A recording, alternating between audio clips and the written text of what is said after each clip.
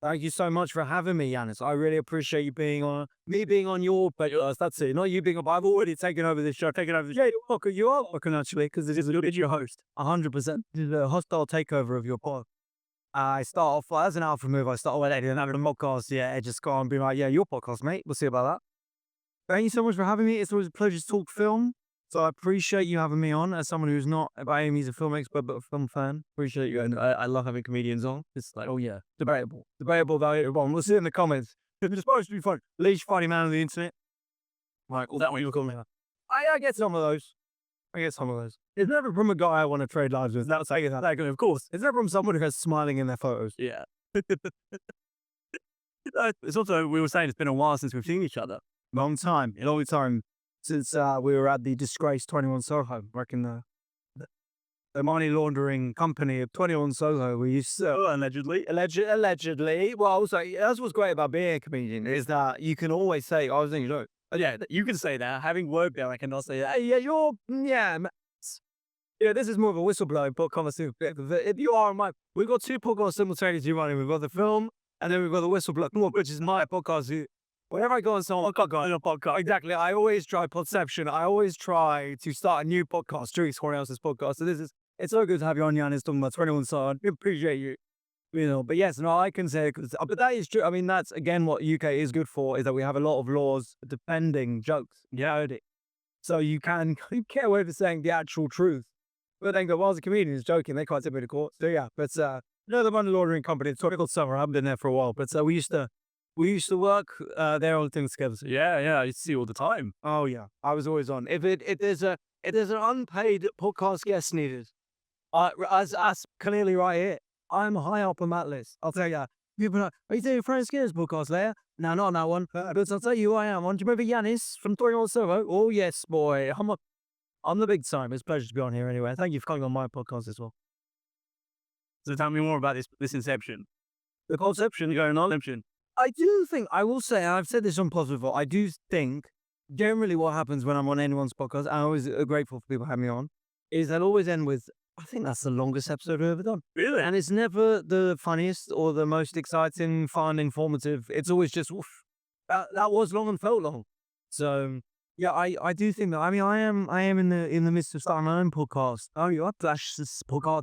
So, Well, you're doing one at the moment. Oh really? Okay, I thought no, that was around this second. Oh, right, okay, yeah. You are in the middle of doing a World Cup one. World Cup one. I don't know when this will go out. Probably England would opt out by this point. But yes, it's been very fun. And I tell you what, oof, boy, we're talking about mean comments and do a football pod. I'll tell you right, mate. Not happy people coming in on the comments on that. I can't imagine they are. No, I tell you what, if your goal is to just get as many comments on the social media posts as possible, slag off Cristiano Ronaldo. Oh, that must God almighty, they're like Swifties. It's insane. They are genuinely these people, and I hope these people are either, let's call them burden of the state, maybe not fit for work, and that's why they're there, or children. Because if these are grown adult men in these comments, it's insane. Ronaldo is not some sort of kid on the scene. He's a 41-year-old billionaire. He's been around as long as we can remember. Mm-hmm. Exactly. And they're coming in being like, how dare you fat cunt talk about, sorry, NCV, talk about Ronaldo like, go have a pint, you fatty. I even know fat was an insult I was getting at this point, but I mean, well, compared to Ronaldo, I'm not saying that, but I'm not saying I can do a better job than Ronaldo. I was just genuinely saying he's past it. He's not as good as he was. Yeah. They can't stand it, man. Well, I mean, I think it's now proven he's past it. Uh-huh. I think we've seen. I was like, oh, yeah, but do you not, well, we can clip this up. Oh my God, it's up and see what I see, because honestly, these people are mentally deranged. I mean, hey, I'm a Man United fan. I am a big fan of Ronaldo as a player and what he was. Okay. But he's completely past it now. And there's no problem with him being a 41-year-old who's playing at the World Cup as a sub, as someone who comes on for 15 minutes trying to get a goal. But the fact that if we put him on, that's like him the entire match, start him. Oh, we can't take off Ronaldo. Do you remember how good he was 5% 10 years ago? He was amazing. Get Rooney back in the England team then. If that's how you think football should be played. Mental people on the internet. And look, what's good is that I don't begrudge any of these people's lives. That's what's good about all these people comment.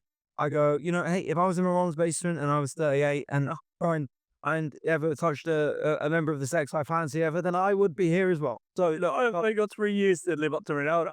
but after that, you might have a good chance of getting on the bus. See you come in and play for like Ronaldo's playing at 41. Euros in 2 years. You know, why not? Get back in the team. Yeah, eventually like earn what was he earning a year, like 100 million? Men's, oh no, but no, he's Germany a billionaire. Yeah. And he owns 25% of Al Nassr.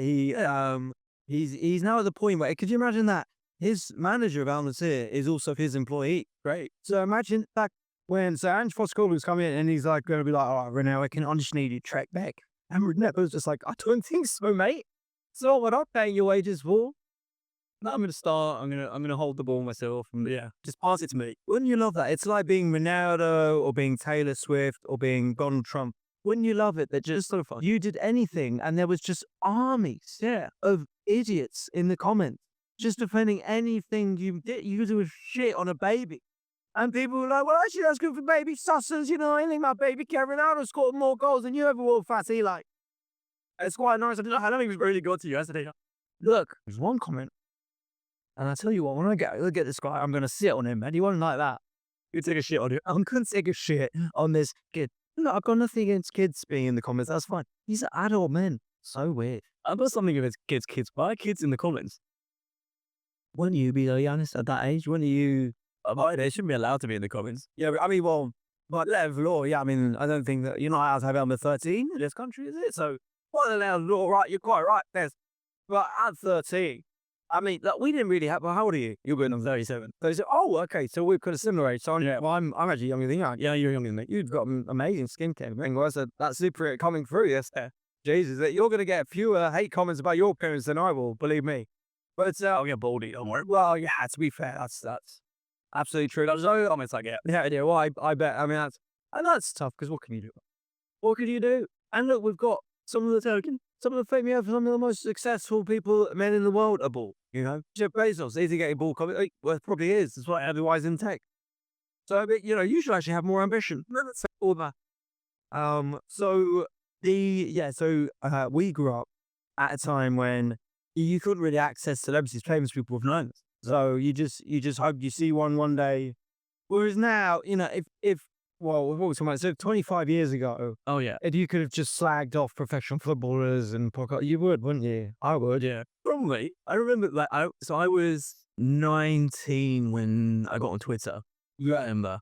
And I just remember all the celebs would just reply to you because You're quite an early adopter, because what was it, 2005, 2006? it was 2007. So, wow, well, really? Yeah. So it was I think I saw someone I like a celeb was talking about it, and I was like, oh, this seemed interesting. Let me have a look at it. Replied to stuff, and then people anyone would reply to anyone at that point. Oh, yeah. Because nobody knew what it was. Nobody really had an understanding of that whole thing. So I I thought they were getting texts. They were like, oh, someone's messaging on my phone. yeah, I used to have to just chat with anyone. Yeah. Did anyone good? Questlove. Oh, wow. Yeah. It was a lot of rappers. I remember. Yeah, right. There was Q-Tip from A Tribe Called Quest. Oh, wow. Do you just the Q-tip on Twitter? Yeah. And what sort of stuff would you be like, how are you? Or No, it was just so they would talk about their stuff, and I would just reply to it, and then they reply back, and then they would be asking for help with things. They would be like, oh yeah, you look there. Thank you. It was weird. what are you doing here? You're almost very Q-tip. It's a years ago. Then but what I mean is a year into that, people realize, oh, you can't just reply to anyone because you get insane people. Yeah, of course. Yeah. Well, that maybe you're the story. Maybe there's some celebrity story. This dude kept replying to him. This strange, you got Questlove and someone going, this strange kid was just fascinated with it. But that's pretty amazing. And also because as well, there would have been no social media managers there. No. So that's truly Q-tip sitting on the toilet, just going, freaking, I've got to reply to Giannis, I guess. This is it. Yeah, it was quite good fun in the studio. Thanks. Nah. Because you can tell celebs who use their own social media, not the ones who have completely calmed out. Yeah. I had a call with Substack, Yeah. I had a call with Substack, and a lovely person doing the call, I know them, and they're just teachers about how to do Substack. And how to maybe better use it and stuff, because it's getting more popular. And they're a good examples Jimmy Carr, what Jimmy Carr's doing on Substack at the moment. He's making these essays of self-help and stuff like that. And I was like, Jimmy Carr has never logged in. Jimmy Carr, the person, has never touched on that in his life, right? No. There is someone's underling's underling is writing his claim. And it's the idea that, hey, Then Jimmy Carr's like, oh, I better get to tune with this Substack. He's like, that's what I pay for. He always feels like a businessman doing comedy to me. Yeah. Although I've never met him, but I used to watch him growing up on 8 out of 10 Castle. It was hilarious. Yeah, but he's definitely that person. Yeah. At this point, it's like he's just a mogul. Yeah. Plain system. Yeah, right. He's on every, still to this day, he's on absolutely everything. Everything, nothing gets by him. If there's any new big British comedy show, he'll be on that. Oh yeah, and if there's a lot of stuff out of him, I mean, he's one of the few. In fairness to him, he's one of the few English comedies who's made out, or British comedies who's made out in America. Yeah, that's true. He's in history. You know? Yeah, they're in London as a roast. When I was out there in New York, the comedians I was chatting to, they were, and legally I was self doing AV myself, but I was just at a comedy show. But then I watched that, just go and watch them as I can.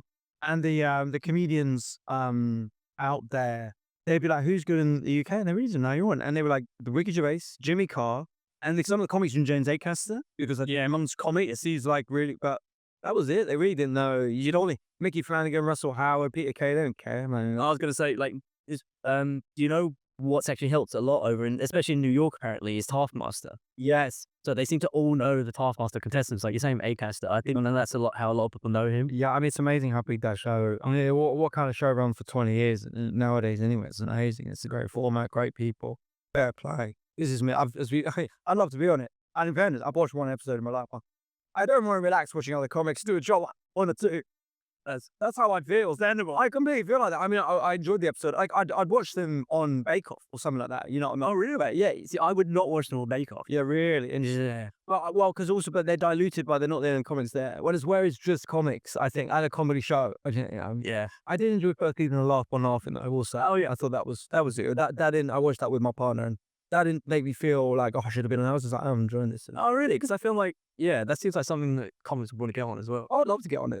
Sure. I'd love to get on these things. But to be fair, I just don't. I was having a chat with someone I'm working with at the moment yesterday, and they were saying for someone who's so mainstream, you feel so out of the industry. And I really feel like that. Like I'm never on any of these. I've not been on any of this stuff. I've never been in the room for any of this stuff.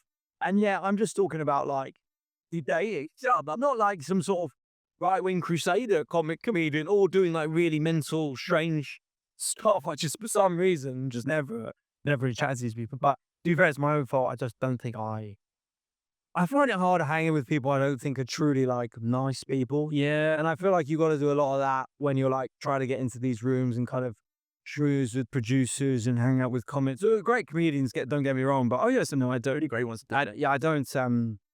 Unfortunately, I'm from London, so I've got a lot of my friends in here. So I don't find myself exactly as that's happened. I think that's what it is as well. There's a lot. I think that's a real thing of the London comics. I think 100% really notice. If you move to London and you leave your old life behind, yeah, fair enough. You know, in your friendship group, and that'll probably be comedians. But I mean, a lot of comedians, I include myself in them, quite sociopathic.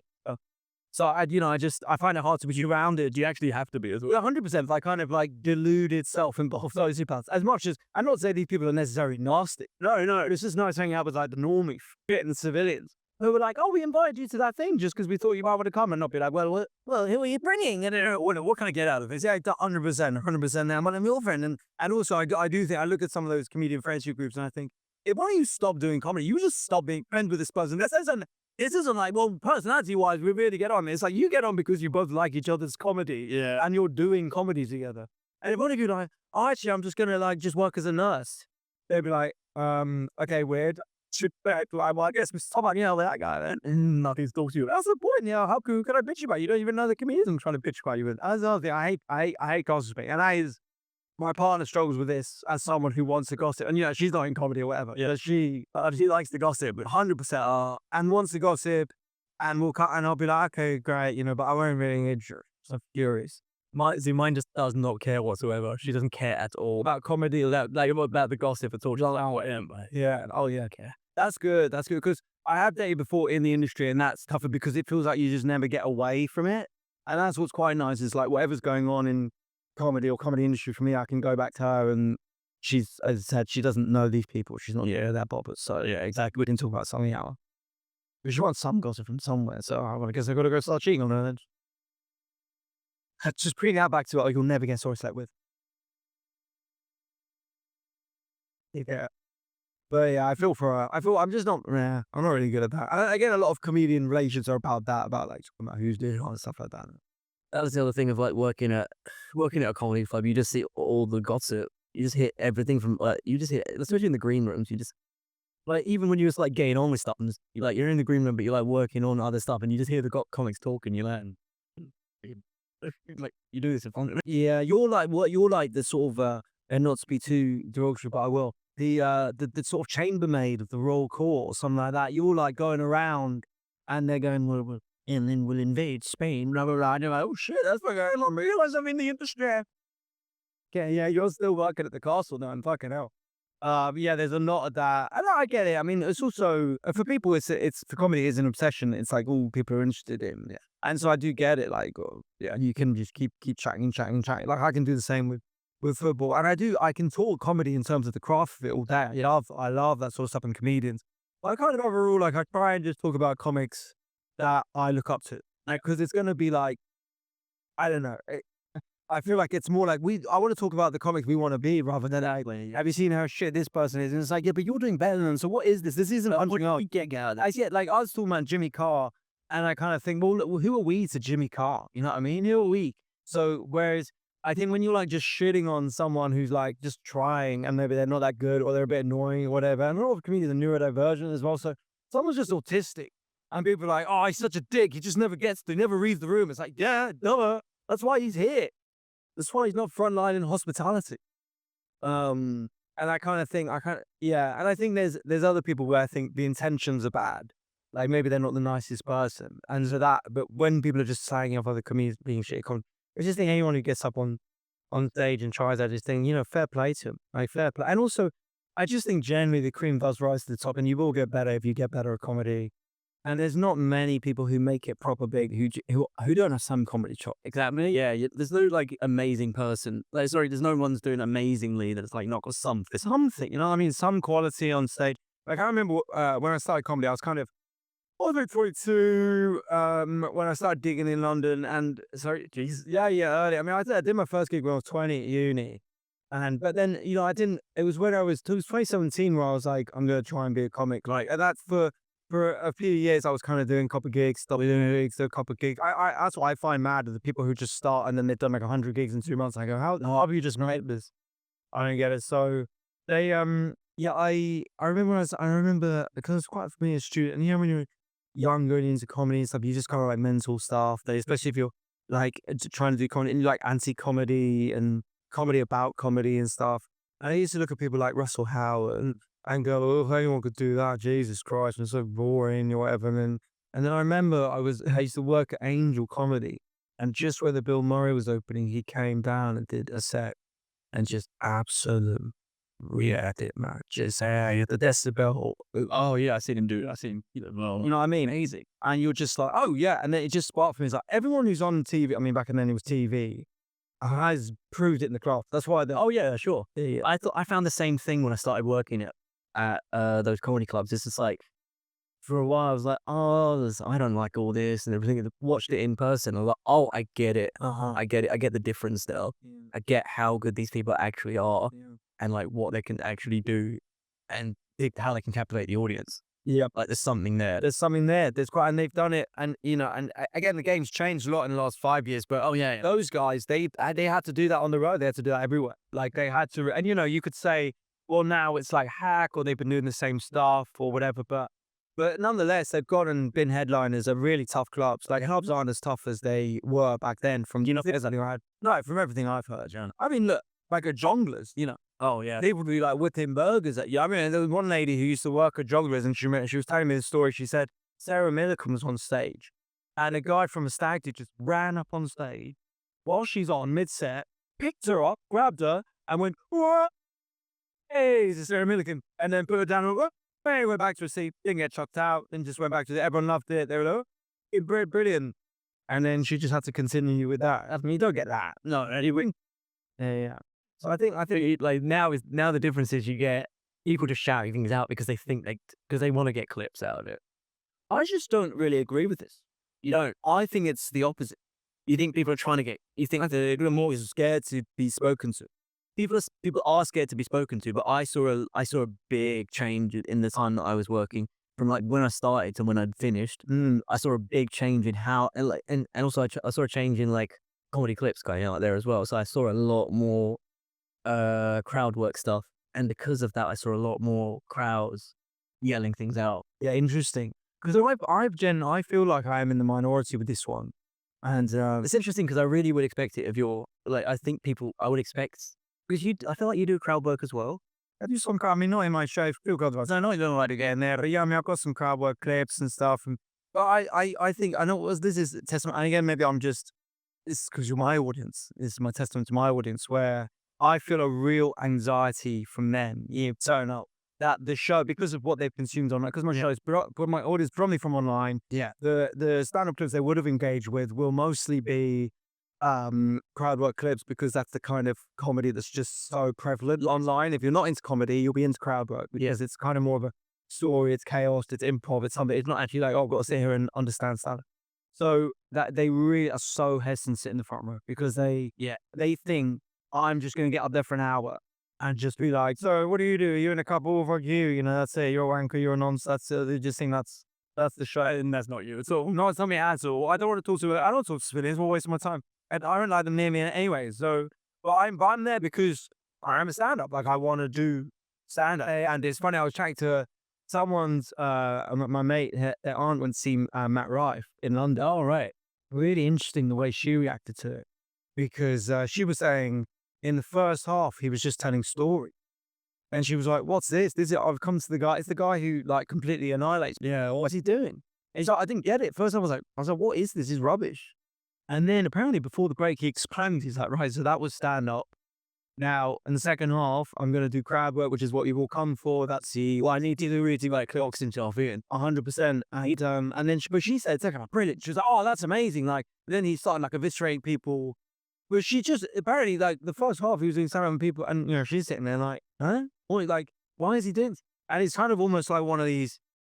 I know it's a bit like a Faustian pact, but like some sort of like Brothers Grimm sort of fairy tale of like he's created huge success off of something that he kind of maybe doesn't want to do it anymore. Yeah. But there's another thing a lot of that with character comedians that pick up big online. Oh, really? And they get boxed into that, and they don't want to do it. What, as in like they do sketches as a character and then they just like, Yeah, and then they're just like, well, got to trot this out now.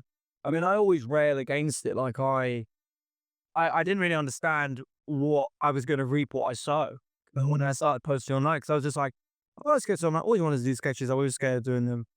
COVID, nothing going on, started doing them. And the ones that did well, I'd be like, well, maybe let's do more of that stuff. And I didn't realize that was training an audience to be like, oh, I'm the guy that does this. Yeah, exactly. And even from an early, I never wanted to be the guy with a catchphrase or, you know, the guy with one joke. So I would always try and mix it up. I would go, well, you know, this does well, so I'll do a bit more of that in a different way. And I remember when I started doing gigs again after COVID, and people would come to see me, and it was amazing. People, for the first time, people were like going like, it's you, Opti. It's like, wow, I've never had this before. But I did have this real swell of audience who just thought I was this guy who like does like British people be like, you know? And it wasn't even like, and it wasn't even like British people. But you know, I think even the term British people is just, it's like an exported term. Yeah. Look, those when you go to America, they say British, they mean posh English, is what they mean. They don't even know, they don't understand the north of England, let alone Scotland, let alone Wales, let alone Northern Ireland or Ireland, that whole, how that would be, you know, different. And anyway, so they don't understand any of that. But I was doing that, and so I get these like, it was a lot of non-native English people who lived in London or the UK, that would come to my shows, and I think they thought I was going to do like an hour of like, you know, have you ever been to dinner with a British person? Aren't they always trying to get another dessert? But and I think they thought that's what I was going to do, and at first I was like, you really? What are you doing? This is dumb. Like, obviously I'm not going to do these online. And then it took me a while to realize, well, why wouldn't you think that? Like, this is what we did too. Is that's what you consumed? Of course. I mean, and so I made a real effort to kind of, from then on, to kind of move away from just being ever boxed in, because I want people to come because they want to hear what I have to say. Exactly. Yeah. Not because they want to one joke. And I do feel like that's a big change of audience. Yeah. Audiences come a lot more, I don't know how to put this, expecting, demanding, entitled maybe. they're like, I've come for that joke I like online, so that's what I want you to do. It's like, answer me, Jessa. They don't, and it's great to have these audiences that might not have come to stand up before, but they've come because they want you to do the kind of thing online. They're not there to be like, well, I'm at the comedian show. I wonder what he's going to talk about. They're like, oh, I hope he makes fun of consultants. Like that's what they paid the ticket for. And so I think that can be a bit tricky to navigate sometimes. And I would always want it to be, you've come for a comedy show. That's it. You're not entitled to any sort of particular type of joke. I will do what I want. I'll do the best of my ability to make what I am doing as high quality as I can and make it as funny and as interesting as I can. Yeah. But I'm not going to promise you that I'm going to do a certain character. No. But you're saying a lot of people do characters and then they kind of have to. I've seen it. I've less so recently, but I've definitely seen it. Yeah.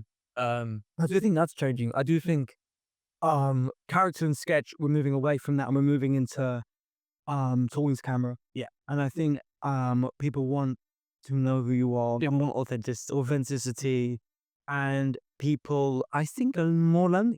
Yeah. And I think people are scrolling and they see someone talking to them and they go, oh, yeah. I do think people are scrolling in the evening on their own. They've got the TV on, and there is a power of social relations. I had a really dystopian chat recently with some agents, and they were kind of looking through my social media, because that was what the chat was about like how can I improve it and stuff. And they're very positive, Jerry. They're like, this is really going well. Like we see a lot of great engagement here with stuff and stuff like that. And they're like, but what's the issue for you? They go, what's your problem? Like, why have me? And I go, well, to be honest, I really am just like lacking the drive. Like I'm like, do I just have to do this forever? Just post forever until I'm dead. And they're like, well, you don't have to just post like sketches if you get a bit bored of that and stuff like that. You post other things, like what other things you're interested in. Like you're interested in cooking, you do like a cooking video and maybe like make that funny, and then audience gets to know a different side of you. And it's kind of like, but that just feels like everything I get to enjoy is on my own. That's mine. Is commercialized. Is content, as you say. And they just go, well, that's kind of the game. And it's like one of those things. It's like completely gone over them. Like they're not trying. I'm trying to relate to them on a human level. I'm trying to be like, look, I appreciate we're looking at numbers here, and you're then going to look at ticket sales and all that. But I'm trying to tell you my issues with this job as like a emotional human being. yeah. Nothing. Just the Pokemon not very effective. Just pinged away from them. And they were just saying, but like other comedians are making these parasocial relationships, and if you don't, then you're going to miss out. And it's like, was that now the goal? Is just like trick people into thinking you're their friend. Just live your whole life online, trick people into thinking that they come up to you. And she was telling like success stories, just being like, we have one lady and she's an author and she has Substack's really great, and she had a book tour, and people gave the book tour, hadn't even read the book. They just liked her. And they were coming up to me like, I'm not even going to read the book, but you got a sign, I've got a sign, it's over. I'm like, so now even like as an artist, these people aren't even engaging with the art you're producing. They just want you to be their friend. And I hate all that sort of stuff. But then also it's like, you don't want to be pissing into the wind. So it's kind of like, how can you do that stuff for you? And you want to get up. There was a great tweet about this years ago, which was like, my career goal is to be offline. Yeah. And it's like, as much as we'd all love to be Christopher Nolan or something like that, which is like every couple of 2-3 years, you do a passion project that makes loads of money and people go, great, when's the next one? Obviously, that's a very, very fine art earning people, 100%. Yeah, it's so rare. Yeah, like, oh, but that is the dream. Jordan Peele, just, you kind of done the hard work as a younger person, and now you're just like, well, I may make a film in like 4 years' time. And then before then, I'll consume stuff. Oh, God, that is the dream. Yeah, so and I do, but then it's wherever those people, but then, it's you even see it with the most famous celebrities in the world will still be doing content. Would you rather winner stays on content? And I guess part of that is just they go, yeah. I've seen like, well, all you have to do is like look at like Robert De Niro is on off menu. Yeah. So like, he doesn't know what he's doing here. He's just like, oh, it's content. Yeah, like 100%. And I feel I saw it with Will Smith. Yeah, he tried to let you come. Yeah. And I guess he just thought, well, look, I'm Will Smith. Like, we're going to put loads of money into it. Yeah. I'm going to obviously go for it, but no one cared. No one cared. And then he did those, and then he put out those songs. Did you see the songs? Well, I saw a couple of the album that people kind of do. Yeah, there was one that I thought was kind of okay. Um, but you just can't get away from the music videos. Kind of watching a man in his 50s. Yeah, yeah, rapping, and it's like, oh, you don't need to be doing this. You know, you're Will Smith. You don't need to be doing this. You've had this career. Just yeah. And I think it's one of those things where, I mean, going back to kind of the Cristiano Ronaldo's of the world, Will Smith has had such a sensational career and life. Yeah. You can't tell him you can't make a comeback as a rapper in your 50s. You can't tell him that. Because he'll be like, "Look, that's ahead. Watch me. You know, show me. Yeah, I'll show you." And it was kind of bleak. It was. It was really depressing because Yeah, it's like you had your rap career. It was huge. You're a pioneer. Grammy winning. Yeah. Grammy winning. Grammy. Yeah. First of all, rap Grammy. wow. And you know, you could have tweeted him. Congratulations, but you'd been there. Thank you. But yeah, it's that thing of, if you're not constantly making content now and you're constantly on it and people are getting to know the real you, you can't just be Will Smith and be like, well, I'm super famous, everyone knows who I am. Yeah. Because people won't show up for you. Whereas there's other influencers and social media people who have a tenth of the audience he has. Yeah. But they're constantly online and talking about everything, talking about every single day. And they go do something and people will snap it up because they're like, oh, it's my friend. Yeah. But yeah, bleak for me. Bleak for me. I feel bad. You know, as much as I like, look, it's great. And I've had those moments where I've gone, you know what, I'm just going to talk about something. It's on well. Yeah. And people like it. And you kind of go, this is good. But then you're also like, it's good for me, but it's not real life. Social media is not real life. It's not. No. Don't spend your time on me as your friend. You've got real friends that I don't know, you ought to be hanging out with and looking after and checking up on. And are you even happy? Like, work on yourself, you know? Yeah. But then also someone said this to me. I'm always coming at it from like a creator point of view. Like, I want to create stuff. Other people do want to be fans. Yeah. They want to support people. They like the fact that they have a group of people and I have people like that who come to my show. Yeah, you do. I remember seeing you coming to your shows like that. I can tell they do enjoy being a fan. They're not just my fan. They're fans of other people's stuff, other comedians, other bands, singers, whatever, you know, and they do like that. And who am I to say? Fair enough. Why not? And we need people like that. So yeah, maybe I'm being a bit too derogatory, but I do get a bit cynical of the comedians who are strategically sharing their life in order to sell tickets. And I go, these people don't know the real me, you. This isn't the real you, dude. Yeah. You see the clips and you're like, that's not it. If only people knew. Yeah, exactly. And I do think that's a bit like never meet a hero. So and then you feel that a bit with comedy. But then, you know, there's also other people in comedy who are way up and are super nice. Everyone, I will say this, like, I would say 99% of the people I worked with that were big names were great people. Uh-huh. I will say that. I would say 99, it's like one or two people I can think of that were just like a little bit off. And even then, they weren't like bad people. They were just, you know, they might even have an off day. That's the thing. Yeah. So, well, it's that thing of that. I think those people at the top have kind of been successful. They don't, why do they need to be mean and exact looflers? Yeah. And then you get the people on the come up, you know, there's millionaires who want to be having way more of that. Who there's a little bit out there, I think, fake it till you make it.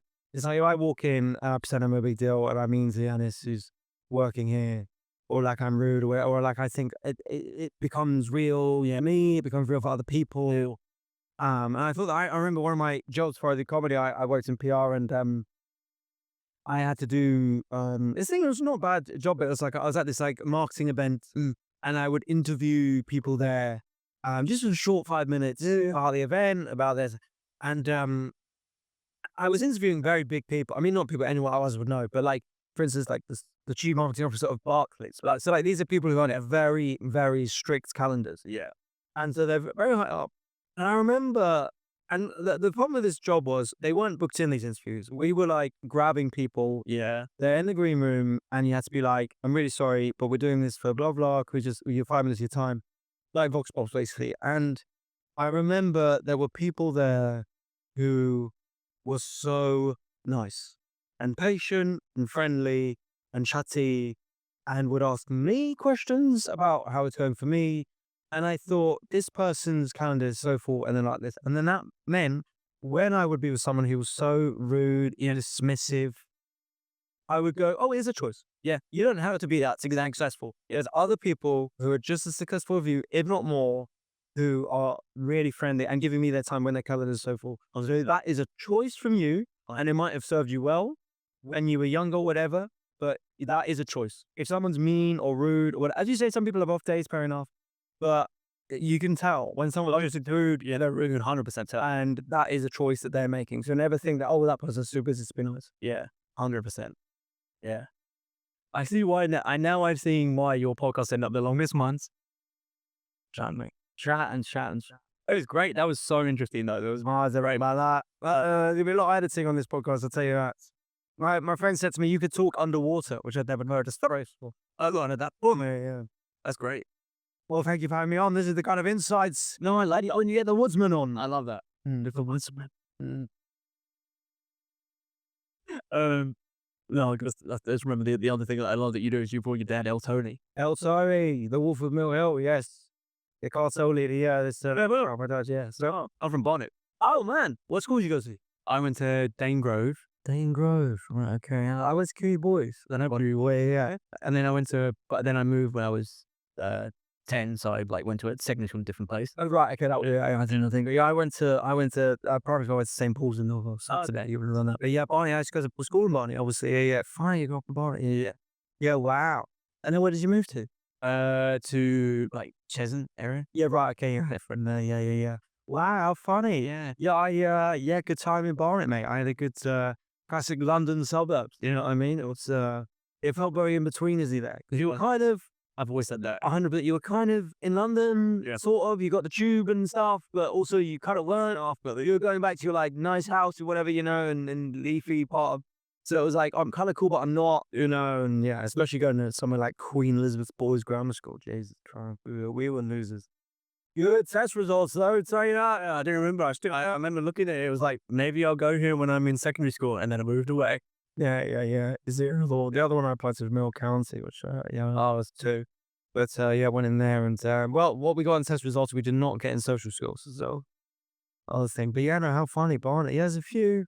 I think talking about film, Mark Wahlberg is from Barnet as well, probably the most famous film critic in the country. So yeah, maybe even big up the Barnet Massive. Very easy to get a good Barnet podcast going. Yeah. Oh, this is funny. We were talking about Jacob Hawley, but we also, because I was near Stevenage when I moved, and we also would it's him and then Karen Hobbs and oh, is she from around there? Yeah, Jake Farley. They're all from around there. Yeah. It's we always talk about Stevenage. The Stevenage crew. Yeah, the kings and queens of Stevenage. Yeah, I have only been to Stevenage a couple times, and it is a miserable place. I had to it's using Thillingham train up and down, so we just got off of Stevenage and on the way back. But there was an hour for the next train, so me and Hamish, my brilliant video friend and very funny comedian as well. Yeah.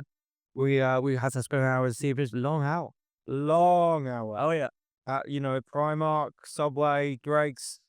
The big hit is there wasn't much going left in the M&S there. Oh, for one summer, that was something. At least, M&S is a bit plusher, but it wasn't a great. It closed down. Home market became a huge Bet365 coral shop. But yeah, it was not. But I remember when I was back in London starting gigging back in 2016. I remember seeing the Brexit vote happen and go oh wow, fucking surprising who's running that, because I was in my London bubble. And then when I started gigging outside London, and you get off the shitty train at the shitty station and over through the shitty high street, and you go, well, the money ain't here, bro. So if someone's coming up and going, the money's going to immigrants, you're like, well, it ain't here. What's me? Yeah, let's get rid of those fuckers, man. So I can see why they would think that. I was gigging out in Whitehaven. Yeah. Oh boy, that is a Whitehaven. So you know how it is. A lot of hunkies in Whitehaven. Yeah. There's up in Cumbria. I was gigging there on the weekend, and I saw almost an ancient relic. I saw a sort of, it's I guess, how you would feel maybe coming across a Mayan temple, or something like that. It was a top shop. Closed down for, I guess, 10 years? When the top shop closed? It's probably been about 10 years, that. So I guess it's just been replaced. I saw the old blue thin top shop sign with just an empty shop. The guy clearing the sort of ivy from it and stuff. Wow. I was just telling the story of skinny jeans and shirts. I had a little the different color little buttons here and cardigans and oh man, It's like when you go through Wood Green and you see like the old JD logo, and you see the game with like PS2 on the bottom. yeah, your game, yeah, it's like a form of civilization, yeah, Jesus Christ, fascinating stuff, walk through history. Yeah, I couldn't believe it. Told you, I couldn't believe it, man. Wood Green as well, how much that's changed. I remember going to school and people like being Green Gang, and Wood Green was like a rough place. Yeah. People buying their first homes in Wood Green. Wood Green, I mean, it's a nice sounding. It's funny, London has that feeling of like nice sounding places becoming intimidating. Like Wood Green sounds lovely. It does sound lovely until we go there. Yeah, I mean, I remember them being, when I was growing up, being like, Wood Green, don't go there. Fuck yeah, Green Gang. But then in fairness, there's other places that have the same thing without the lovely name. Kilburn. Yeah. Kilburn. It's called that, Kilburn. That is insane. And that was another place to avoid when I was growing up. And then, it's become this sort of gentrified, the millennial first property place. Yeah. There's a lot of places like that now, yeah. I mean, I live in Hackney. Yeah. I would never have gone to Hackney when I was a kid. If I was telling my mum at 15 I'm going to party in Hackney, Peckham, Brixton, never. No. I remember the Brixton recently and being like, wow, this has changed. Can't believe it. So I mean, it's still got a bit of that, that when you come out of the station, you still get a bit of that About the station, the station, and the McDonald's over at Brixton as well still has the ferocity of an old school, so maybe Brixton Place. But yeah, I mean, I just remember the types of people I was hearing moving to Peckham and buying in Peckham. I thought, Jesus Christ. Yeah. Someone actually, I was saying to someone and she's from Shrewsbury, and she's posh. Yeah. And I was trying to say, I was on this Hendon, and I was like, where do you live then? And she did a thing where she's like, oh, yes. I don't fucking know you do. Like, you know what I mean? Like, I know it's like a fun game for you, but firstly, I don't really care. I'm just making conversation. I don't really care about this. It's sort of trying to some bit of main character energy off there. And yeah, and secondly, I don't also know you, so what is this get based on? I mean, she sounded quite posh, so I was just like clapping. Yeah. Right, and she goes, "Oh, how dare you? No, of course not. What are you talking about?" And I was like, "Ballon." And she goes, "What? How dare? Like, it's so insulting." Yes, come on. Like, who am I? Like, why am I? And I go, "Oh, I don't know." She goes, "Peckham," and I was like, "Ah, wow, that place has changed." Yeah. There was a time when if you were a first generation Jamaican immigrant, that would have been a good way to. Yes, it's not fair enough. But now it's like, oh, the obvious. She was like, it's so obvious. The obvious one is that I live in Peckham. Mensive. Yeah, that was strange. Jesus Christ. Yeah. All right, let's move on to let's talk about the film now. So you've come on to talk about. So we decided this morning. I will say, Oh yeah. this is the shortest turnaround between like deciding film and like get the guests coming on. Yeah. You were booked for a while, but it was just the shortest turnaround, like deciding on the film. Yeah. This is my fault. This is why I do comedy, because admin is not my forte. And this was the tough question to pick a bad film that you watched, and I was like, "You forgive me, an impossible task." I had one in the end, and then we couldn't do that, and then yes, but this is Well, it was really funny because you picked the film that was on last week. So that's what's so funny. I was like, you just missed. great film. I was, yeah, it's a great film, great fun. Like, sorry, you literally just missed it by a week. Oh yeah. Who did that? Isha and Akbar. Oh yeah. Yeah. Tough. But yeah, look, hey, thank you for being available to talk about it such a long thing. Have you watched this film before? I've seen it before a long time ago, and then I saw it again this morning. Yeah, right. Okay, you're well on it. Yeah, I had to make sure I rewatched it so I could remember it because I was like, I remember parts of it, but yeah, Not the longest film, thankfully. 90 minutes long. Lovely. And then also the film, I don't know why you wouldn't know this already if you tuned in the episode, but the film is The Happening. The M. Night Shyamalan. That's 2008 it came out. You must have had a bit of M. Night on here, no? I had two others. Because he's like prime for this. Yeah, I'm surprised this is only the third one. This is like over 100 episodes I've had. Like, Yeah, wow. this is only the third M. Night one. Yeah, and he's on a lot of films. And I've had like, I want to say like at least 10 Adam Sandler films. Yeah, but M. Night Shyamalan is the also in that category bizarrely of like Nolan and Jordan Peele, Yeah, except he's just still funding. He's like, he is also doing exactly what he wants. Every sort of 3 years he has a new film. It's just that thinks it's any good. M. Night Shyamalan is like the anti-Nolan. You know what I mean? That's exactly who you. Same career, exactly the same. But just him comes out and people go, oh, fuck it out. Another one. What's this? Was he stuck with his first 2 films and then never lived up to it again? Yeah. It truly is. I've never thought that before. Wow. But I really respect that. I do really respect the artistry. Like, I'm a big fan of like the Glorious Failure as well. Oh, I'd rather that than sort of like a Marvel cooking cast 3-star film that's kind of like, yeah, pass the time or whatever. Yeah. I do really respect that. Yeah. Like, I didn't even see Trap. I've not seen NC Trap, but I read what happened in it. And even I enjoyed the reading. Yeah. What happened. Yeah. So I fair play. I do find now that with his films, I hope watch them. I read the synopsis 100% because I want to know what's happening as we have one of this one. But it might have been the last one that was this the last one that I watched of his? Like, did you not watch Split? No, I did watch. I actually really like Split. Is quite good. Split was quite quickly. I think probably he's got Split, and then he's got the one after which is Glass, which I think those are good. Critically did quite well. I enjoyed those. Yeah, those are the last ones. I never saw Old. I didn't see Knock at the Cabin, and I didn't see Trap. Yeah, those are the ones after. Old is good. Okay, Old is good. Again, I liked it.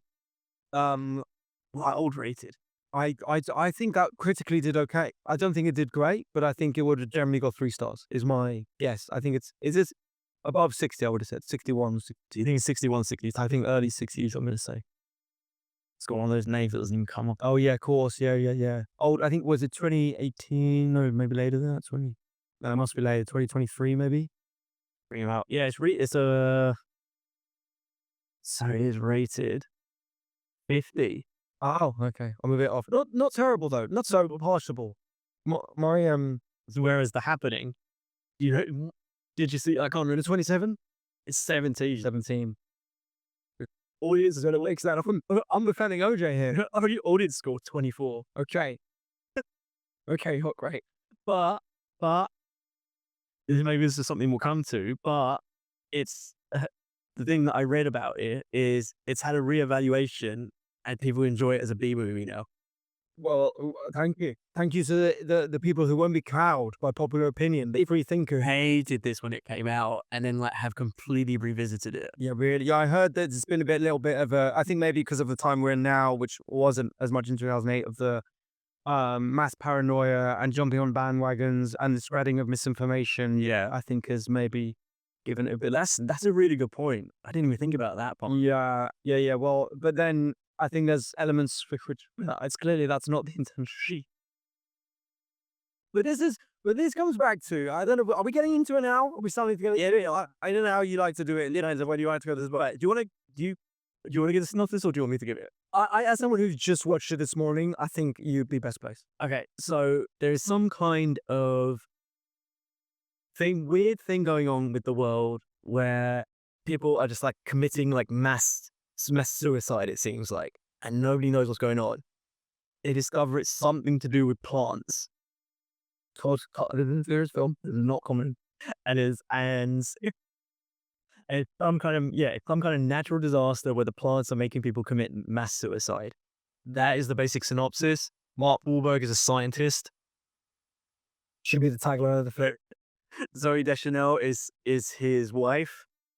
Might be cheating on him. Who knows? We don't know. We don't know what's going on there. He's very odd in this movie. It's very strange to see a not New Girl. It's fascinating. This is a year before New Girl. Yeah, right. Yeah. He looks. Yes, he's just from New Girl. Just he's an M. Night Shyamalan thriller married to Mark Wahlberg. Yeah, they're both, and it's all being played very seriously. For some inexplicable reason, Mark Wahlberg is like so deadpan in this, and it makes no sense. Confused Mark Wahlberg. Yeah, confused Mark Wahlberg. He feels like he needs question marks drawn around his face. And she's one question Mark Wahlberg. What? Hey, question Mark Wahlberg. It's great. That's great. Come on. Question Mark Wahlberg. That is exactly it. What? I don't know. So many of his lines. Yeah. Must have just been that. I mean, he could have said, if he didn't know his line, he has a, what? I don't know what to say. And they would have gone, yeah, we got it. Next scene, that is set up. Yes, and then do you want to talk about the end, or is it we get to that later? We can get to that. You can like So my thing is, M. Night Shyamalan for me is one of my favorite filmmakers. Great. Love that.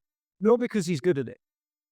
It's not. It's so much. That's not why I go to a film, right? Yeah. Okay. I remember feeling like I had a very different reaction to the first Jurassic World, Yes.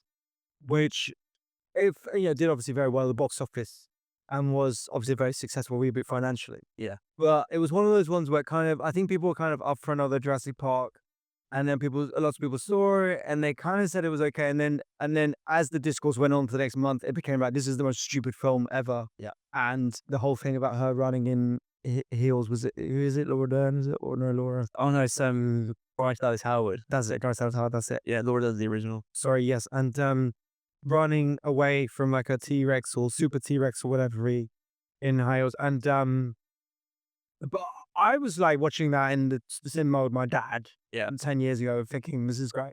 Yeah, I enjoyed that. Very fun, very fun. I want to see, Chris Pratt training velociraptors. You take on a dinosaur. I mean, this is great. This is exactly what I want to watch at the cinema, right? Yeah. And then like Shyamalan for me is like that. Yeah. He's like, what if I just did my original idea for every film? Yeah. And it feels like, Anyway, no draft. first draft, there's no execs involved. I can't, of the last, I don't know, 10, I'm not Shyamalan films, I can't imagine there's any exec involved at all going, oh, should we do that? I don't think audiences would get that. He just kind of goes, I was on the beach the other day, and I thought, I looked to my hands, I was a bit of a wrinkle. And then I thought, what if beaches make you old? And someone's gone, well, what about that? He's like, that's the film. Wait, you're making a film of that? And he's like, yeah. And then that's the script. And that, no one ever comes in and goes, well, we need to look at these markets. Oh, are 16 to 24-year-olds enjoying that? Who's the cars? He's like, what details? Details. What if I saw Josh Hartnett the other day, and I also saw Taylor Swift, and I was like, what if Josh Hartnett was just at a Taylor Swift? But he was a serial killer. Sorry? Yeah, no, he's a serial killer. Oh, was he there on his own? No, he's got a daughter. And he's like a really nice dad, but he's just a serial killer. And he's like, so is he killing people at the concert? No, they already know he's a serial killer. They're just trying to trap. What? Oh, and the pop star's my daughter, by the way. The pop star's gonna be my daughter. And she acts it? Nah, she'll pick it up. Is she a famous singer? Nah. So I love it. I absolutely love it. As I don't mean, it's so. He is. M. Night Shyamalan is one of the last, like Christopher Nolan, like Jordan Peele, and like probably, and I didn't see this from Francis Ford Coppola, by what I heard about, was it, not Metropolis, or Megalopolis? Megalopolis, yeah. Megalopolis, Great title. yeah, Forbes League, 6 of the, yeah. He is one of those last great artists in film who doesn't seem to answer to anyone. Doesn't even need the funding at the moment. Well, Francis Ford Coppola sold his winery to fund that film, and it lost everything. Did you see one of the New York Times film critics put that as their film of the year? I mean, what an absolute suck up. That's absolute contrarian. Yeah, that's like someone at the pub just going like, I actually think Die Hard is a Christmas film, and waiting for everyone to lose their minds. Yeah. And it's like, this is such a shite. Like, yeah, I didn't even probably notice, you know what I mean? Exactly, yeah. This Megalopolis one or whatever, it's like, you're just doing that to get people to comment. That's mental. Yeah. That's mental. But having said that, I didn't watch the film. Oh, very well, I But I've seen enough of it to know that it's not a good film. That's it. Just go to the club. Yes. Also, sad for Adam Driver, and I was spinning off. I think he's really struggling. Really? I think he needs to get back on the horse soon. Very generally, I think he was about sort of 5 years ago. He was seen as He was the guy. this like excellent leading man, Oscar nominated, Oscar winning. No, not yet. doing doing Marriage Story, and doing what's that one? He's a bus driver, and apparently that's awesome. It's really, I've not seen it. It's incredible reviews. And it's called like Parkinson or whatever, and it's just a small story about a guy. And he's in Star Wars, and he's great in Star Wars. It shows he can kind of camp it up. And it's just been a lot of misses. I mean, did you see 65? I didn't see that one. Who did? Who did, and then that, and you get a call from Francis Ford Coppola. Of course you didn't do that. Exactly, I'm going to be the star in one of his last films, I guess. It's kind of going to be A passion project, huge emotional like 30 years. yeah. I think he needs to start. He needs to start getting some better roles again. And even like End of Star Wars was like, oh, who cares about that? It was a terrible kind of film. But anyway, so M. Night Shyamalan is one of the last artists for me. Yeah. And I would always rather go into a film knowing that this is someone's vision Yeah. than just, as we said, the sort of green screen Marvel slot that we have now. Yeah. So I respect it. Yeah. I respect it. Why not? Hey, plants are killing people. Oh, is it like a Day of the Triffids? There's a mutated plant thing. No, the people are killing themselves. What? What, like, but at once? No, it's kind of weird. It kind of spreads, but it's spreading outwards. No, it kind of stops. It's contained. Yeah, it's contained. And but how do we have this is a science teacher who kind of is running from the wind. What? Do we see anything happen? No. For that happening, for a film called The Happening, there's very little happening. Yeah. But that's what also 90 minutes. Always got time for a 90-minute film. I love a 90-minute film. It's this song I stand by. I love a 90-minute. But you know why they don't make? You know why they don't make them anymore? Isn't it to do with? It's something to do with like the screenings of it, isn't it? So big films are never sure anymore because they want people to go to cinema. Yeah. So they want the ticket sales. So if something's 2.5 hours, people think, well, I should go to the cinema for it. Yeah. 90 minutes. There's more straight to streaming stuff, which is 90 minutes. Yeah, this would have been a lovely straight to streaming. Oh, it is burned for that. I think it's very good fun. What did you make of it? I'm not at a second watch. I'll tell you what I did. I watched this. It would have been 15 years ago, probably. I remember. I think, you know what? And this is aging me. I might have even rented it. Wow. From Blockbuster, like on the day on the Last day, they were like, "Do you want it?" I was like, "Yeah, why not?" The Blockbuster closing down sale. And I remember watching it would have been my PlayStation 4, I guess. Yeah. PS4, maybe PS3. Or PS3, actually, yeah. PS3 would have been, yeah. Which could do Blu-ray, not fair enough. And yeah, I probably would have rented it probably in like 2010 or something like that, 2009 or something like that, when it came out. And I remember back this. I've only watched it through once. That was then. I've read the recap, and I've watched a recap of all the major things that happens in it, the plot holes and stuff. And so, what did you think of it on second viewing this morning, fresh off the press? So, this is better than I remembered it being. I was watching it now, thinking of it as a B movie. It's so much more fun. If viewing it as a B movie and not just like, oh, this is a film where he's really taking himself seriously and all this, it's so much more fun going, oh, he's just like doing a throwback to like those old 50s B movies with like a big actor in like these like ridiculous premise films. It's a lot more fun. I was having a lot of fun watching it. I think the miscasting is Mark Wahlberg. Well, you don't think Marky Mark is doing a science teacher, Justin?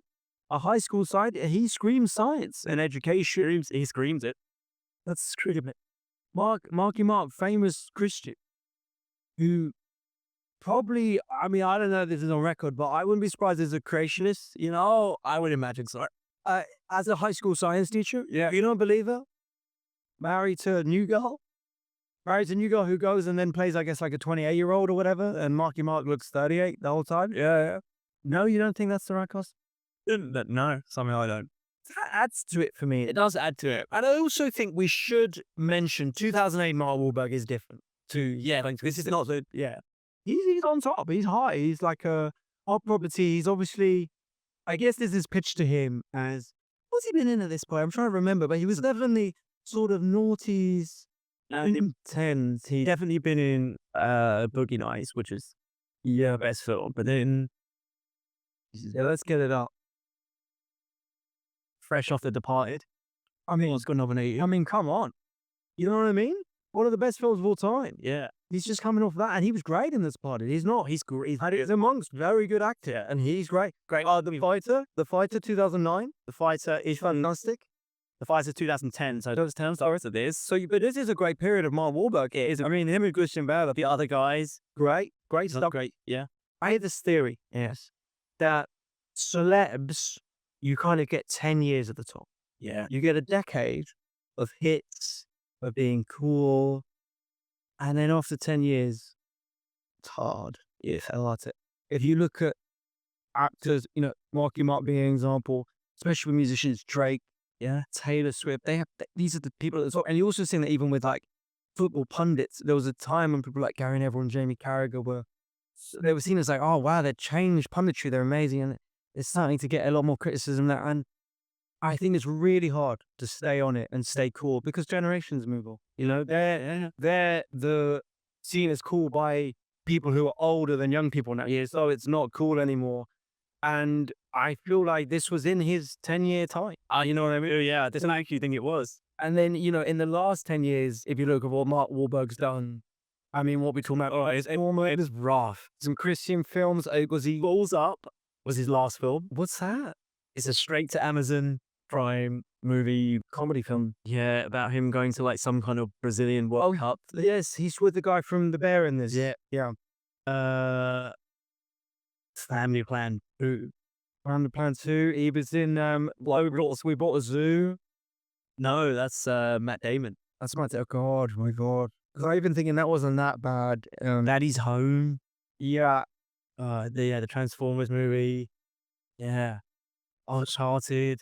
God. Yeah, but he's okay in Uncharted. He's okay, but that's just an okay film through and through. Everyone's okay.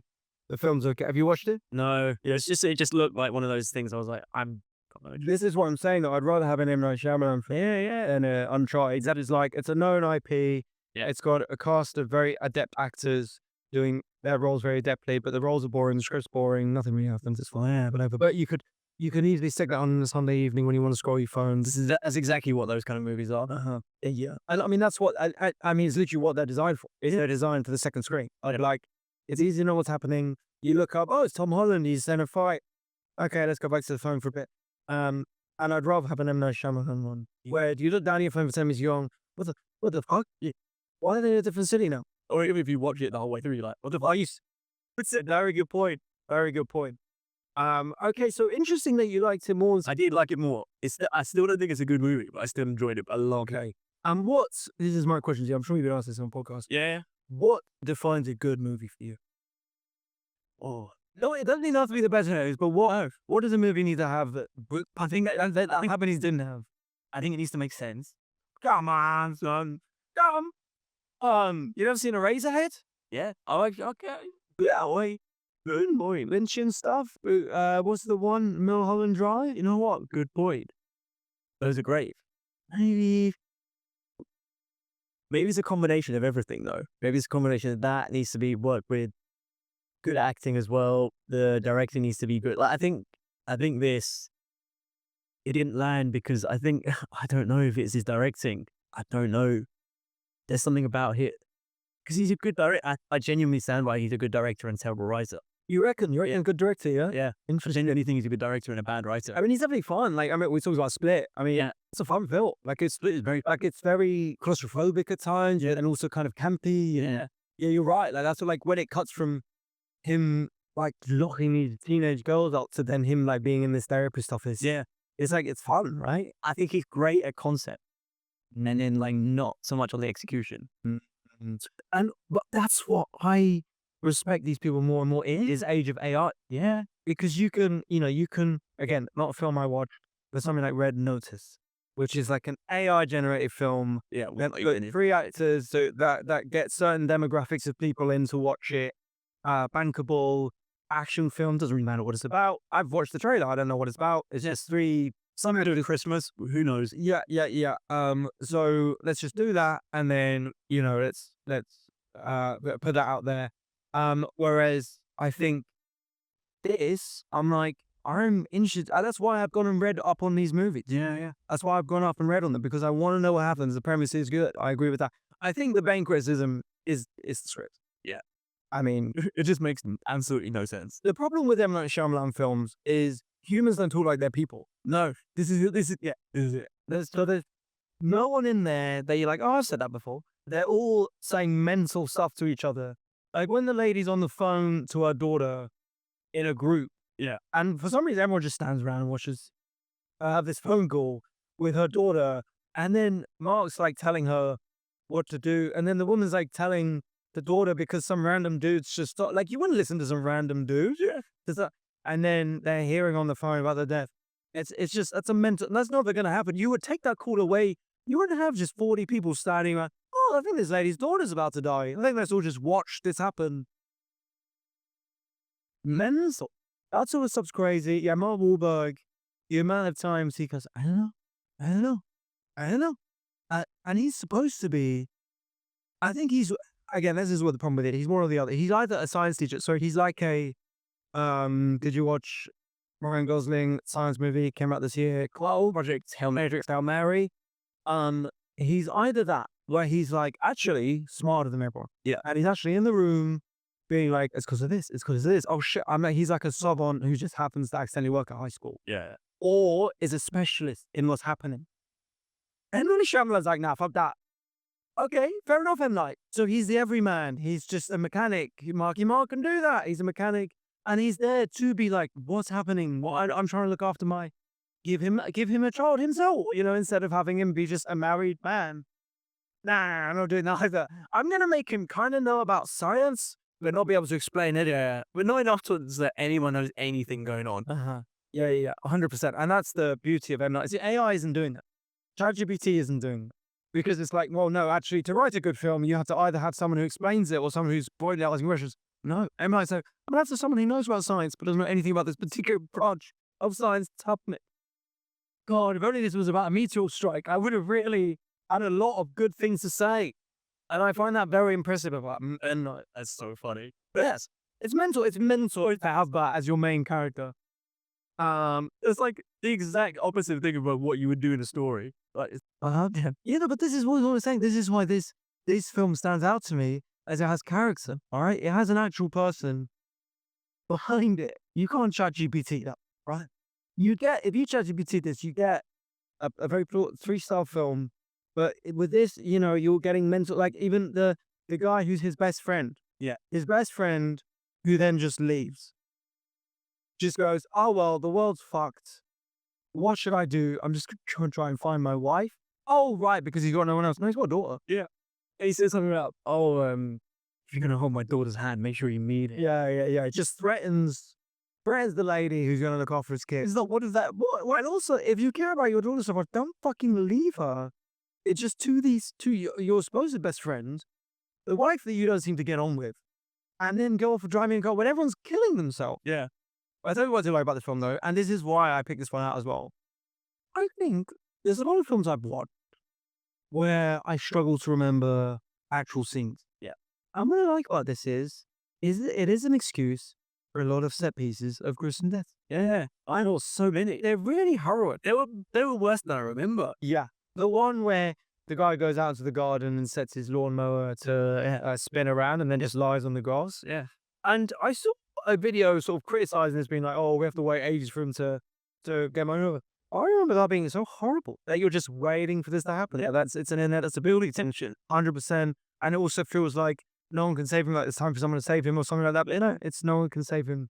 I got construction workers falling. Oh God! And then driving through this rows of trees with just people having hanged themselves. Oh, it's awful. I remember that of being like really harrowing. And there's a lot of sort of he's very good at that. I'll give him that. Yeah. So maybe scary, horrific thriller films. Yeah. That, you could be like, well, they were more of a white knuckle ride, but you don't actually remember what happened. Yeah. Like, and a specific scene. Whereas there's a few that we've just pointed out there that have in 15 years really stuck with me. Oh yeah, for sure. And I think in fairness, that's a good art form. I think, we have been in the age for 10, 15 years since blogging, really, I guess, where people kind of, this is an amnesia. Have you watched Community? Yeah. Seen the episode where Arbed is like the filmmaker and everyone's like picking him up? Yeah, actually the film's terrible, we don't know what's going on. Mm-hmm. It feels like that, where people are more interested in a film because it logically makes sense and it has everything works together. And the actual viewing experience the idea of making some sort of emotional connection with you, goes by the base. No, but it's exactly because this was started at Act 1 and then in Act 5 it brought back to that. And it's like, yeah, that can be all great. But these devices need to work at a human level. Yeah. They need to emotionally resonate. And for 15 years, I've had this in my head, this man with a lawnmower and these people hanging from these trees. And that is something that I think this film has, and a lot of other films, which, because, maybe they would get more respect from online YouTubers. You go, oh, they must have these online YouTubers going on these websites and making videos. But the people online who are going to be like, well, oh, the script makes no sense. Why is he doing that and stuff like that? But you're allowed to enjoy a silly film. You're allowed to enjoy. I enjoyed the second Independence Day. Fun, just silly, stupid. Look, I'm glad I didn't go to watch it, and I'm glad I didn't pay to watch it. But I watched it, and I go, you know what? It's popcorn fun. Yeah. And it's the same with this, where my view on this is, half the film is genuinely good. Yeah. I think the first half is genuinely good. Yeah. I think, okay, it's silly, but it's captivating. There's a mystery. I don't really know what's going on. You don't really know what's going to happen next. You don't really know who to root for. And I like that mystery element of it. I like that because films are supposed to be engaging. So, I mean, I guess especially in this second screen era, where we have films now where they've got to pack so much at the start to get people engaged. And I like this, that it was kind of, you really didn't know what you're watching. And then second half, it becomes a bad film. Yeah. But I think still fun. Yeah. I would agree. I would actually agree with that. I think the first half is much more engaging and better made, and then it kind of falls apart a little bit. But like when they're running in a field away from the wind, I mean, mental. Yeah. It's insane. That's what it's up. But you know what? Okay, it's fun and it's campy. And the old lady as well. The old lady. Go just banging her head against the window. Yeah. And also that was like and I guess then the wind comes in and they kind of go to decide to kill themselves and stuff like that. I think that's all mental. But what I love about an M. Night Shyamalan film is that even when it's ending, you're like, we still got one more twist. Oh yeah, there's always a twist. There's no need. You could end it with them, and then the news report saying, apparently it stopped now, and then someone going, maybe this was just. What did they say at the end? They say it's like the sky was it's the rash before the illness. Yeah. And they could end like that and be like, well, fucking who knows? But no, let's go. Let's go to France. Yeah, having it in France now. It very much reminded me of. Do you remember the end of 28 Years Later? No, I haven't seen that. Not 28 years later, sorry, 28 months later. Yeah. Yes. So, they have this big zombie blockbuster. Yeah. And then it's kind of contained, and then it just cuts to like a found footage of Paris being overrun. Well, this is it, because Americans don't know any European places. So American filmmakers go, right, this is spread to Europe, and they go, London, we did that for the last one. Paris, brilliant. They're never doing it in like Dusseldorf or something, or Utrecht, or whatever, There's not a Bratislava outbreak. Americans be like, where was that? Was that Kansas? Yeah. There's no one there anyway. I don't want to go to, where is it? Slovakia? So it has to be the two places that American people want to go, Europe and that. And so sometimes you get Venice. Sometimes you get Venice, right? I know Venice. Spider-Man. Was it Far From Home? Yeah, they're in Venice for one of the set pieces because they know it. Venice. But no, there's so many European cities that could have been, but of course, it's got to be Paris. Yeah, it's got to be Paris. And people are like, oh no, I wanted to go to Paris. No, everyone's killing themselves. Aw. Yeah, it's so good. So funny. But yeah, that second half, it stops. Yeah. But do you really think that first half is yeah, I would agree with that. But rewatching it, I was like, I'm enjoying this. And then suddenly I'm just like, okay, I see why I stopped. Yeah, I was like, and look, it does fall apart. I mean, the premise falls apart. Premise falls apart. The casting of Mark Wahlberg is not right from the start. There's that bit in the classroom where the kids are leaving. He goes, "Hey guys," and they turn around. He goes, "Yeah, right." That's such a weird thing for a teacher to do. Imagine if your teacher did that to you. You'd be like, "What the hell is up with that guy?" Yeah. You and also you wouldn't just walk out. You've not got the social skills to sound like, "Are you okay, sir?" Like, what? What was that? What? And also, is he withholding information about like that? There's something catastrophic happening. Yeah. And also the when they get told about the deaths in Central Park, and then everyone's kind of like, whoa, and then everyone's like, oh, I guess we just continue. It's not like they are not far. No, they go, Well, that's not Philadelphia.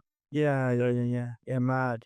Mad. But yeah, I mean, him as a school. I mean, he's not played as school teacher since then, has he? I don't think, or anyone near No. that. So I don't think he. I don't think it worked for him. No. And then the friend is John Leguizamo. And what's he been in? Because I really recognised him. He's in so many things. Yeah, he's in amazing Side characters. So yeah, he's always like side character. He's in like the John Wick films. Yes, right. Yeah, and then he was Luigi in the Super Mario Brothers movie. Was he in the original? Oh, the original. Oh, yeah. Oh, Jesus Christ. Yeah, I think that wasn't in that either. Yeah. So I mean, their relationship's a bit odd. Very odd. It's this because there's a point because at first you kind of go, they're colleagues, so they're kind of friends, not really. Yeah. And you kind of go, I get this all makes sense. But there's just a line where he goes, "I'm your best friend," and you go, what? They don't act like they're best friends at all. No. And I guess the whole point of that, they have to say that. So then when he leaves his daughter with them, Yeah. you kind of go, well, maybe you could understand if you're getting somewhere dangerous and you live with your best friend. But yeah, that's all very weird. Yeah, very weird. That's all very weird. I don't know, man. But again, it's a fun movie, so who cares? Fun movie, and that's the thing. I'm here for fun movie. Look, and I'm not saying it's a great film, but I think it's a good film. And look, I think so. I watched a video talking about this where they're like, there's been a revisionism with this where it's been a bit like, well, it's actually a real it's kind of a bit of a satire about modern day paranoia. Yeah. And the way the misinformation spreads. But that would all be good, and I would really love to believe that if there weren't like news reports talking about like specifically what is happening. And then that kind of ruins that for me. Yeah, because there's a moment when where do they go? Nebraska, and there's like people in the garage, and they're like they're putting guns on. There's like these motorbike, yes, and there's a news report being like the government might be involved. That's great, Yeah. and I think that's the different. There's a thing going, people think it's terrorism. 100%. What's the film? Oh my gosh, I'm forgetting it now. But it came out recently. It was straight to Netflix, and it was about this family going into this home, this plush home for like a getaway. Yeah. And then weird stuff starts happening, and they've got neighbors who come over and are talking to them about what's happening in the world. And there's a little kid, and there's like a high-pitched screeching noise at one point. God, I can't remember this film. I watched it with my dad. This is good fun, and I can't even remember any of the actors in it. They're all. You'd recognize all the actors, but there was no. I don't think there was a big star in it. I might be wrong. I don't even know what that is. I don't know this one. Okay, thriller, Netflix. Leave the World Behind. Yeah, Leave the World Behind. I heard of this. I know nothing about it. there you go. Yeah, Leave the World Behind. It had in it Julia Roberts and Ethan Hawke and Mahershala Ali. So that Vietnam, yeah, a big cast. Kevin Bacon in later. Yeah. But also all people that maybe aren't at this moment in time like the biggest stars in the world. Yeah. But yeah, they are. Yeah, it was a very good film. It takes a bit of patience. Yeah. But that does what The Happening kind of fails to do in that Right. it's a bit more of a satire of like what would happen if there was something going on in your country, and especially America, and it wasn't clear who was doing it, and is it a terrorist attack or not, or is there nothing, and people get very scared. People also then get violent, and there's all this sort of stuff, and I reckon that succeeds where The Happening doesn't, because The Happening does kind of explain what's going on. Yeah. Kind of early. Also, I'm always a fan of a mental character, the plant guy, the plant scientist, the botanist or whatever. Yeah. Mental, who seems to be loving that this is happening. He seems to he relishes. He's like, the bushes are talking to the trees. I've been telling my wife this for years. How are you all just getting on this now? Of course, it's the fucking flowers' fault. I've said this for ages. And he's still watering them. He's like, I love the plants. You're going to make me kill myself. On you, cheeky little plant. You know, he loves it. I'm all a fan for that. Yeah. But yeah, they explain pretty early on. So I think this revisionism that it's like actually quite a good satire and kind of paranoia. and the American news system where they try and like incite people to be crazy about what's going on. I don't really buy. What did you say? B movie. B movie. Yeah, you think of it as a B movie. It's fun. But 90 minutes. Yeah. Doesn't say it's welcome. I had a few mental set pieces in it. Yeah. I would happily watch this again. Yeah, exactly. And also I like just like films that have a bit of mystery and intrigue and are actually have a mental explanation. Yeah. I would rather that Oh yeah. than films. That's where Leave the World Behind is a bit different because it tries to be really grounded in reality. And that's what makes it good. But also I think what makes it a bit, I don't know, maybe a bit unfulfilling at the end because you kind of wanted this big explanation. Actually, it's really quite small. But this one, I like that it's like, what's happening? What's going on? Is there terrorist stuff? Blah, blah, blah. And then you're like, what is happening? It's like, oh, plants are making people kill themselves in incredibly cinematic ways. And they're not doing this across the world, or it's not, we don't even know what type of plant it is. Yeah. We're just like, they just decided to do this in the northeast of America. And I like that it's like, that's mental. Yeah. And you've watched the film and you go, that's okay, that's a mental payoff. I was not expecting that. Yeah. So I did like that element of it. Yeah. 100%. Yeah. I mean, that's a great explanation for why you enjoyed it. Enjoyed it. I'm not for 1 minute saying The Happening is a masterpiece, but it's a good film. It's fun. It becomes a bad film in the second half, but I thought it was so enjoyable. Yeah, I would agree. I completely agree with that. Okay, so let's move on to the final couple of bits, but just because I know you got also need to leave soon. So we're gonna do a game that I've been doing with like the last few guests, which is called Movie 501, and it's a game where the guests are playing 501 is the score, and you're getting down to 0 like a darts board. Like you're getting down to 0. Oh yeah, okay. But you do it with movie scores. So you like got to name the movie, get the squill, Oh yeah. down to 0. Yeah. And I'm just giving each guest that comes on, giving them a category because based on whatever the film they picked. So I'm going to give you horror movies. Oh, okay. So got to get it down. You go down to 0 in the shortest amount of time. Does Alien count as a horror film? Of course it does. So Alien. Alien is one of the best horror films of all time. One of the best films of all time, I think. Yeah. Absolutely unbelievable. It's there's an interesting category of films that were so good, they've launched a huge franchise, despite you could argue there's only ever been one great film. I mean, there's Aliens is a really good film, and Aliens. There's a couple later that I kind of get, but Jurassic Park's another one. Oh, yeah. It's 7 films are we on now? There's only been one good film. Yeah, only the first one is good. Yeah, Jaws, 5 films was it? Oh, yeah. And they just had to stop with that because it was... Alien is 93. So I'll keep track of the scores. Okay, so I think it's pretty decent slot. That's a great start. But now, so I'm trying to think. Okay, The Exorcist. Let's go Exorcist. Another one where they had loads of them. Yes, exactly. 78. That's lower than I thought. Whoa. Wow. Arguably the greatest horror film of all time. Some people would argue. I really thought that would be in the 90s as well. So did I.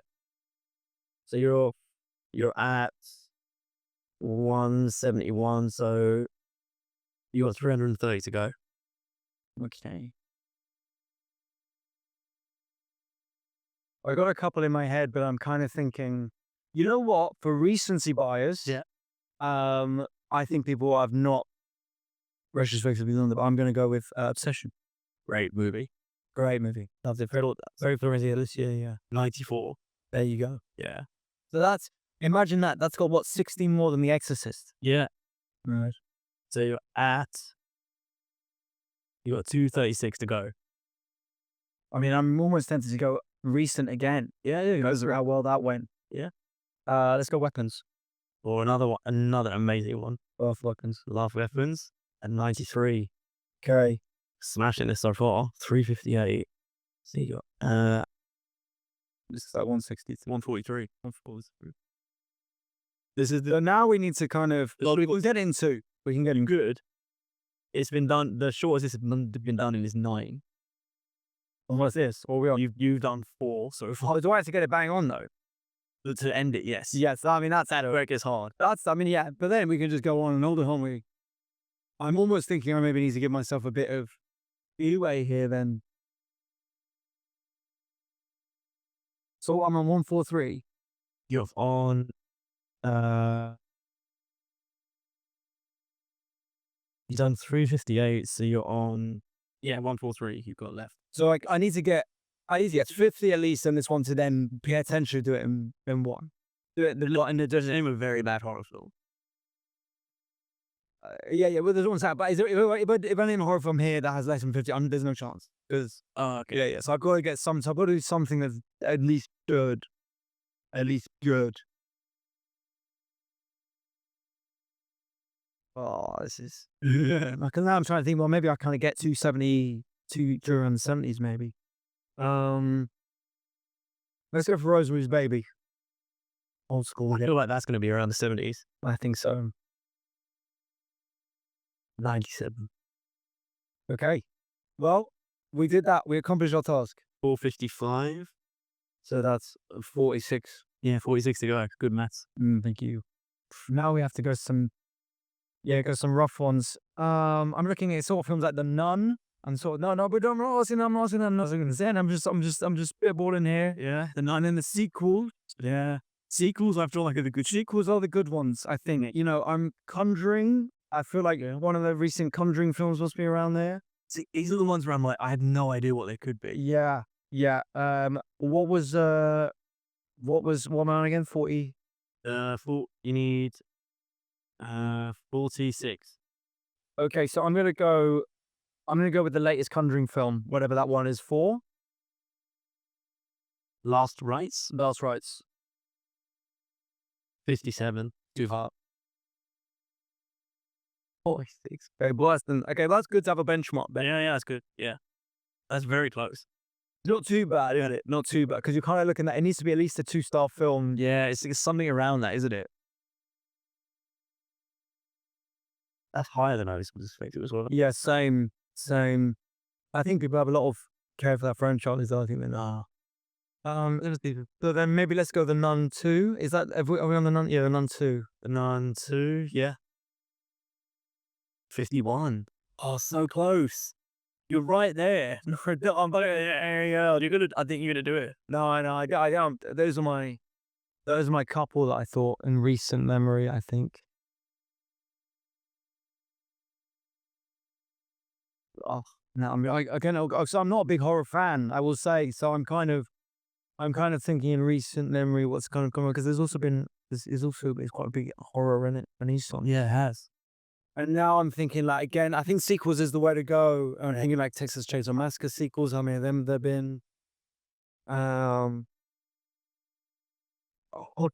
those ones, Honestly, I reckon Hostel is probably a good. Hostel 2. You think Hostel 2? Maybe let's go Hostel 2. I think that's going to be really low. That was a Hostel 3, and you know that. Hostel 2, 44. Oh, boy, you found yourself. Oh my. You got to get a 2. Oh, well, geez. Okay, because you can get, because it's darts, isn't it? Well, I'm done then. I think, are there any, You can call it there and like be part, like can call it as that if you want. are there any films that have 2 on Rotten Tomatoes? Yeah, there are. I really, I reckon it's going to be like those. It's going to be like the Jaws ones. I reckon the nichest things ever. it's going to be like the Jaws sequels, and I don't think they'll even get. I think you got to really. 2 is hard. Yeah, I don't think. That's such a shame. What comes up? Jaws: The Revenge. Let's have a look. Is it possible? It's possible. Well, let's go Jaws: The Revenge then. I suppose that's what you said. Or did you? Is it a 1? It's a 1, isn't it? It's a 2. Let's go it. Let's see. I'll play my wild card. Jaws: Revenge. Yeah, there you go. You did it. I made it in 1, 2, 3, 4, 5, 7. Top of the leaderboard. Wow. Oh. We'll give it to you. Well, and it's a hard game. I'll give that to you. It was very hard to end on. 2% is hard. Yeah. Well, even I mean, to get bang on. Yeah. I mean, I was getting close. Yeah. I was surprised the Conjuring that Last Rites was 57. I'm so surprised. And yeah, even The Nun, like over 50. The Nun 2, sorry, even over 50. But I guess they're just these sort of quite bang horror films probably just have a base level of people enjoying because of that. Yeah, probably. Okay, so let's move on to the final thing. So you can go, but you already went a little bit ending. So you were talking about this beforehand, but a movie that's the reverse of this premise, which is a movie that's well reviewed and well loved that you actually think is a bad movie. So there's two films, and I will say, because these quickly come to mind in recent history, I will say these aren't critically phenomenons. These aren't like masterpieces or whatever, but they were generally received well critically and well by audiences. Yeah. And first one is The Fall Guy. Okay. I didn't know I get on with this film at all. Yeah, it's dreadful. I haven't even seen it. That like Ryan Gosling, people love that. yeah, and Emily Blunt. I think it is. Yes. Yes. Alongside some other good stars. I mean, look, Ryan Gosling does a good performance as usual. He plays that sort of lovable buffoon so well. But it was just such a pointless movie. I just thought people were kind of half-assing it. I didn't care about anyone. I think it was that kind of movie. They suddenly just decided that stuntmen are also superheroes, which I didn't quite get. And I appreciate like the stunts are good. And it was sort of supposed to be a love letter to stuntmen. So you're still gonna have a good plot. I thought the plot was ridiculous. I just didn't care about anyone. At the end, they were all just zipping around on motorbikes and stuff. And I was like, what's the point of all of this? I just did not care for it at all. Couldn't get on board. First sort of hour, I was like, this is kind of fun. Yeah. And then it's second, and again, it's that thing of this could have been a 90-minute film, but of course, because it's got Ryan Gosling, it's got a bit of cinemas, it's got a real big film. It's 2 hours, 15 minutes or something like that. It's dragged on, and it wasn't funny. I thought everyone was so painfully unfunny in it. Oh, I mean, I thought Ryan Gosling was giving his best go, and he's very funny. He's a very funny person, but like Emily Blunt, unfortunately, I found her like a bit like is it Andrew Scott? Yeah. A brilliant actor, can't do comedy. I've never found Andrew Scott funny or anything. I feel for him because he obviously it gets cast in comic roles. A lot is because he did Fleabag, I did, but he's not funny in Fleabag. He's deeply upsetting in Fleabag. And it was the same in the last Knives Out film. I thought it was so unfunny and like, yeah, and he couldn't get that character right. Like he miscast it.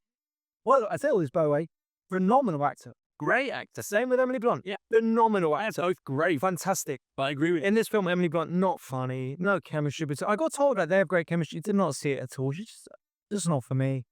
And so, and as a comedian watching these films, you know, you're judging people on their comic jobs. And that's Ryan Gosling in Barbie. I think it's just one of the best comic ODB actors. So great performances of all time. Yeah, it's just fantastic. So very disappointed by that. And other one is Asteroid City. Absurdity. Yeah. Oh god, I watched that on a plane. Oh, it was so boring. I honestly, and I didn't, and I wouldn't because I'm not this type of person. I almost walked out. And it's such an unenjoyable time at the end. It was in the heat of summer in 2023, so it was air conditioned, so it was nice to be in that room. Yeah. But I just found it so dull, so uninteresting. I mean, I kind of had an issue with, you could almost put The Lobster in this. Lobster I thought was good. Oh, I love The Lost. Yeah, Lobster I thought was good, but not great. And I don't get how people go, it's brilliant. I just get a bit sick and tired of the deadpan delivery. Like, Yeah. and almost the opposite of what I'm talking about with the Jurassic World. I'd rather have someone over the top Yeah. than someone who's just, or not even someone, every single actor being sad. But yeah, Asteroid City, I just found so dull, and I just going meandering anyway. I didn't really, there's not to root for really. And there's a bit at the end where there's the kind of like the play and the writer talking about how it's about death and stuff like that. And it's kind of interesting. I was like, that could have been a short film. Yeah, that could have been 10 minutes. I just thought it was such a pointless movie. And it was just full Wes Anderson. And I don't like, when a director as twee as that goes full Wes Anderson. I mean, I do find that sometimes with Yorgos Lanthimos, sometimes I think, yeah, this is great as a palate cleanser for the other Hollywood films. When you're actually sitting there and watching 2.5 hours of the same time, the whole time. It's quite exhausting. It's exhausting, yeah. That's why I quite like Begonia, because I felt that was a bit of a departure. Yeah, and at least Which I liked. It is, in reality, it was with characters you could actually meet in real life. Yeah, for sure. But yes, no, I thought Asteroid City, God, what a terrible movie. I thought, yeah, So boring, and that's I'm watching that on a plane. I've got nothing else to do. oh God. And I would consider myself a Wes Anderson fan. I think so Grand Budapest Hotel, fantastic movie, and it was funny. I find it's funny in that, you know what I mean? And also the Life Aquatic, great. Moonrise Kingdom, great. Yeah. There's loads of Wes Anderson that I've really enjoyed, and I was just Selling the recent ones are the ones where I'm kind of like, I'm a bit over this. I'm just a bit over this now. What's the other is that the French Dispatch and then Asteroid City. French Dispatch, I kind of half watched. I was doing other things.